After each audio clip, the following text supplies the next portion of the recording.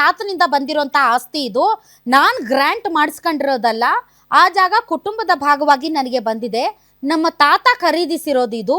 BJP ನಾಯಕರು ಬೇಕಾದ್ರೆ ಇದನ್ನ ಲೋಕಾಯುಕ್ತಕ್ಕೆ ದೂರು ಕೊಡ್ಲಿ ಅಥವಾ ಬೇರೆ ಯಾವ್ದಾದ್ರು ತನಿಖಾ ಸಂಸ್ಥೆಯಿಂದಾದ್ರೂ ತನಿಖೆ ಮಾಡಿಸ್ಲಿ. 1978ರಲ್ಲಿ 1978ರಲ್ಲಿ ನನಗಿನ್ನೂ ಅವಾಗ 5 ವರ್ಷ. ಸೊ 1978ರಲ್ಲಿ ಈ ಜಮೀನನ್ನು ನಮ್ಮ ತಾತ ಖರೀದಿಸ್ತಾರೆ. 2000ನೇ ಇಸ್ವಿಗೂ ಮೊದಲು ಕೈ ಬರದಲ್ಲಿ ದಾಖಲೆ ಇತ್ತು. ಎಲ್ಲ ದಾಖಲೆಗಳನ್ನು ತೆಗೆದು ಪರಿಶೀಲನೆ ಮಾಡಿ, ಆದರೆ ಸುಮ್ಮನೆ ರಾಜಕೀಯಕ್ಕೋಸ್ಕರ ಇದನ್ನು ಬಳಸ್ಕೊಳ್ಬೇಡಿ ಅಂತ ಬೆಳಗಾವಿಯಲ್ಲಿ ಸಚಿವ ಕೃಷ್ಣ ಬೈರೇಗೌಡ ಪ್ರತಿಕ್ರಿಯೆ ಕೊಟ್ಟಿದ್ದಾರೆ.